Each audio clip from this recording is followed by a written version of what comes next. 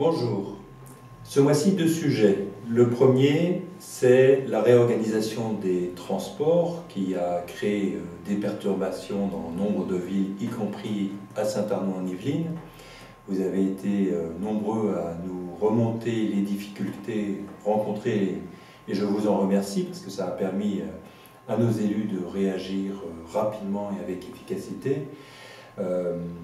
Il était complètement absurde de s'apercevoir au 29 août que les bus les plus matinaux ne passaient plus et faisaient perdre une demi-heure, trois quarts d'heure, une heure aux Arnolfiens. Donc 2 lignes de bus ont été remises au bout de 3 semaines tôt le matin, ce qui permet aux Arnolfiens de pouvoir rejoindre leur lieu de travail à des horaires convenables, on va dire. Il reste des points traités, c'est en cours de discussion avec le syndicat qui s'occupe du transport pour nous, le CITER, et puis le syndicat des transports d'Île-de-France.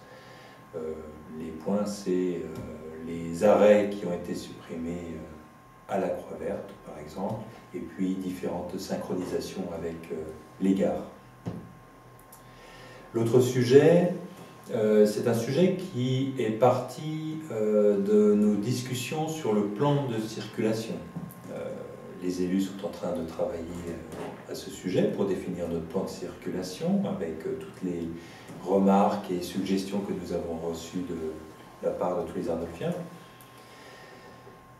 Dans la proposition du cabinet Artère, si on prend un petit peu plus de hauteur et de réflexion, on peut se dire que dans cette proposition, il est proposé de dépenser 1 200 000 € de travaux en tout genre pour sécuriser, diminuer la vitesse, améliorer les stationnements dans la commune. Certains investissements sont indispensables, mais on peut se dire au bout d'un moment que tout cela, c'est nécessaire parce que certains ne respectent pas la règle commune et c'est avant tout un problème de comportement qui nous engage dans la voie d'une dépense supplémentaire à un moment où on recherche plutôt des économies.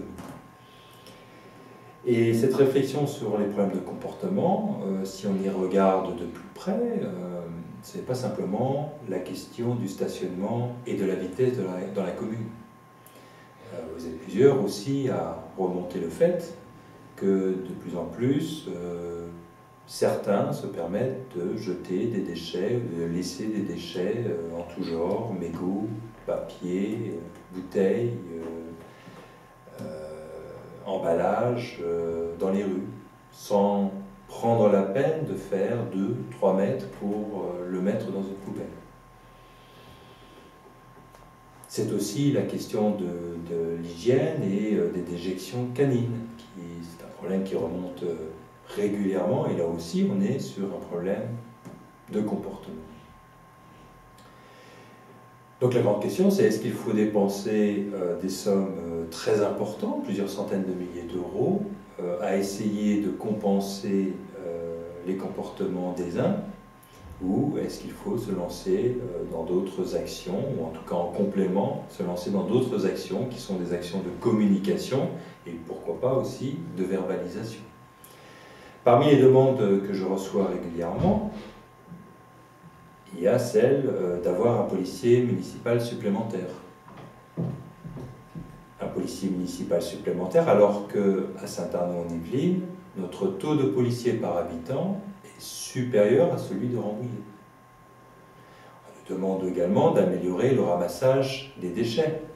Ça nécessite d'embaucher également une personne supplémentaire pour circuler dans la ville et ramasser ce que les autres se permettent de jeter en dehors des poubelles.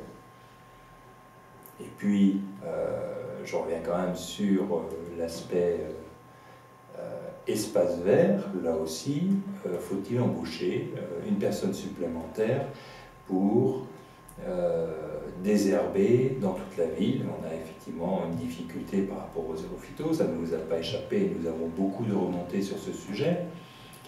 Mais est-ce que, notamment dans les zones pavillonnaires, on ne peut pas se dire, mais si chacun désherbait les quelques herbes devant chez soi, sur le trottoir, est-ce que ça ne ferait pas économiser à l'ensemble de la collectivité? En tout cas, si nous devions embaucher un policier municipal supplémentaire, plus une personne supplémentaire pour ramasser les déchets dans la ville, plus un agent de plus pour les espaces verts, 3 agents, c'est tout de suite un point de taxe supplémentaire sur la taxe foncière. Donc il y a d'autres réflexions à mener. Et en plus des investissements qui restent à déterminer par les élus, il y a certainement, et c'est ce que j'ai demandé au service communication, à travailler sur un plan de communication sur la citoyenneté pour rappeler les droits et les devoirs de chacun. Donc on aura ça, j'espère, assez rapidement. On ne peut pas rester avec ce mode de fonctionnement aujourd'hui qui coûte à la collectivité. Et s'il coûte à la collectivité, l'argent qui est dépensé sur ces points-là pourrait être dépensé de meilleure manière dans l'entretien de nos bâtiments, par exemple, ou de nos voiries. Donc, il y aura des investissements là où c'est nécessaire, mais de façon la plus modérée possible. Ensuite, en parallèle, un plan de communication. Et puis également, nous aurons besoin d'accompagner l'ensemble de verbalisation lorsque c'est nécessaire.